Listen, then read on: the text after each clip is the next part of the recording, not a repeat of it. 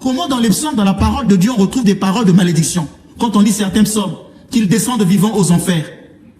Le méchant ne verra pas la moitié de ses jours. Que ses enfants deviennent orphelins, deviennent vagabonds. On prononce des paroles de malédiction dans ces psaumes. Comment dès lors peut-on reconnaître la part de Dieu dedans? Dieu souffle dans celui qui a cette écriture, c'est-à-dire que Dieu lui souffle l'idée de justice. La justice vient de Dieu. Mais l'homme va le dire avec ses mots humains. C'est la part humaine. Donc parce qu'il est oppressé, qu'il va répondre avec sa part humaine. Mais l'inspiration nous montre l'idée de justice. Mais lui, il va expliquer ça avec sa part humaine. L'influence divine, pendant la rédaction, doit être conçue tout au moins comme une assistance qui va lui préserver de l'erreur. Mais la part humaine va se glisser dans cette écriture-là. On va continuer toujours à élever le niveau sous l'écriture sainte pour que les gens comprennent c'est quoi vraiment la Bible.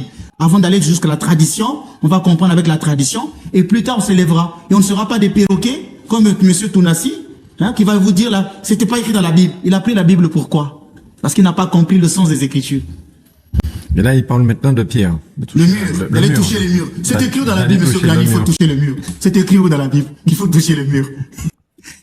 Vous n'avez pas peur des réponses de M. Marcelo Tounassi, parce qu'il va pas laisser peut-être ça passer, il va vous répondre.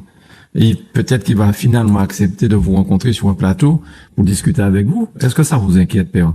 Non, je ne suis pas inquiet. Il ne viendra jamais. Il est tellement orgueilleux, un but de sa personne. Et il cherche toujours des followers, des buzz. Ça, c'est caractéristique d'une maladie psychique. Au niveau de sa pathologie, il a un souci. Donc, il n'est pas déséquilibré, il n'est pas équilibré. Comme beaucoup de ces pasteurs-là, vous savez, pour être prêtre, on tient compte de l'équilibre psychique et affectif.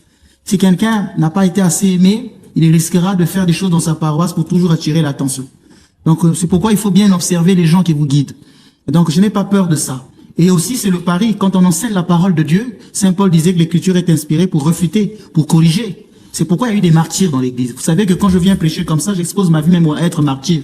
On peut me faire du mal. On peut même me tuer. Donc, c'est ça le risque de prêcher l'évangile. Les Saint Paul sont morts martyrs parce qu'ils ont parlé. Alors, faut-il se taire? Il ne faut pas se taire. Sinon, je deviens complice de leur péché. C'est pourquoi je disais qu'en paroisse, c'est difficile pour moi aussi en paroisse. Parce que quand je redresse certaines choses, certaines mœurs, conversion des mœurs, ils vont dire, le prêtre est autoritaire. Le prêtre est ceci. Je préfère leur dire, bah, écoutez, mon silence vous parlera mieux que mes paroles. Donc, je n'ai pas peur de marceler de tout pasteur de ce monde. Je n'ai pas peur d'eux. Aucun. Aucun ne me fait peur.